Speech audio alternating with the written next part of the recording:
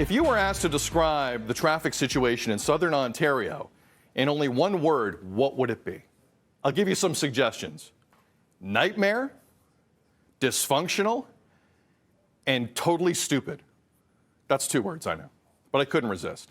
Because if you've spent any time on the roads in this area, you know it's a disaster, which is why the conversation surrounding the Highway 413/Bradford bypass is so fascinating to me. Let's give you some context, okay? Here's what Doug Ford wants to spend $10 billion taxpayer dollars on. Photo 1. This is the 413. Right now, if you want to go from Halton to the 400 by car, you have to take the 401, which is a madhouse, or pay a toll and hop on the 407. And for some people, paying a toll isn't a realistic financial option. What Doug Ford wants to do is give you a third option, which is not tolled. Red line, which you see, which starts bottom left of your screen, would connect Halton Hills, go through Caledon, through Bolton, get you right to the 400, and that's not a bad option, especially for those that live west or north of the city.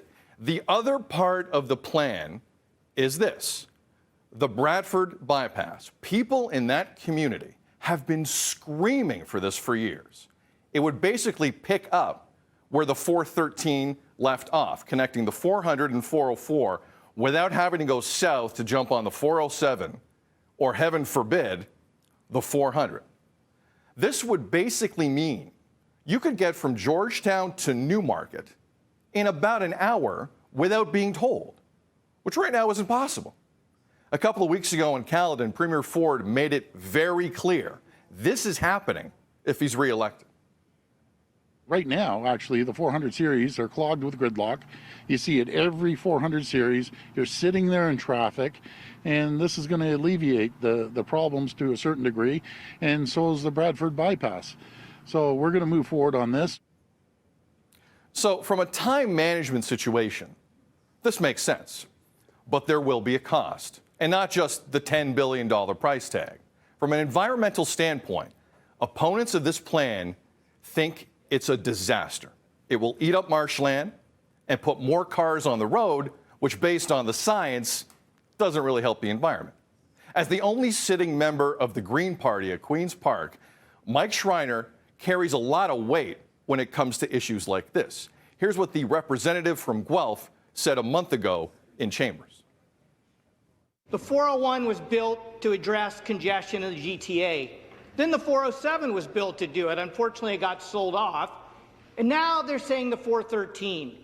When will this government learn?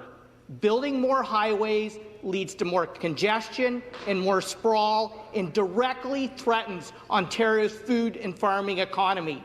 It's a financial disaster to waste $10 billion on a highway that will save people 30 seconds.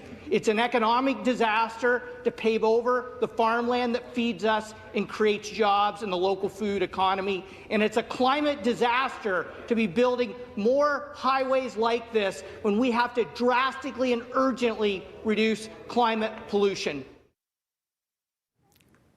Now, he's not wrong. Construction for both projects will destroy things. And as we learned this week, the Conservative government is one of the worst we've ever seen in terms of protecting the environment. I strongly urge you to read what Ontario's Auditor General had to say about that. It's unbelievable. But I will debate Mr. Schreiner on one thing. This will not save people 30 seconds. I've been on the road to this province a very long time, my entire life. And I can tell you for a fact, it will save people way more time than that. This promises to be a major talking point as Doug Ford, Andrea Horwath, and Stephen Del Duca head into next June's provincial election. A lot of opinions. Here's my take. Ontario, over the last 20 years, has seen its population grow by an average number per year larger than the United States, Great Britain, Germany, Spain, and South Korea. Those are countries, by the way. And most of that influx is happening right around here, southern Ontario. So if local municipalities and the federal government are going to drag their feet when it comes to building transit that people can actually use, then this is the right option. Now, believe me when I say I care about the environment. This is the only home we got. But remember that when these highways are actually completed, electric cars should be more of an option than they are right now. The population numbers in this province are too big to ignore. Southern Ontario's bursting at the seams, and until I hear a better idea, I think this is the right call.